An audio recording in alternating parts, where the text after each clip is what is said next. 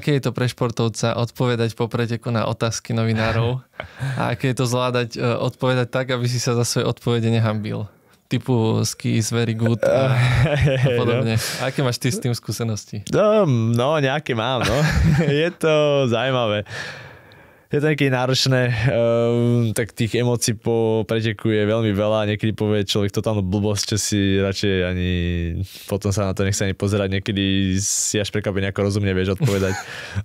Najväčší môj kritik je moja starka, ktorá si ma vždy podá, keď poviem nejakú blbosť. Ale taký mentálny coach, hej? Starka je veľký mentálny coach, ale našťastie mňa zatiaľ až tak neskritizovala skôr mojich reprezentačných kolegov, na ktorých mi nadávala a že ja sa vyjadrujem lepšie ako nie, čo som sa nepozeral, že wow, ďakujem.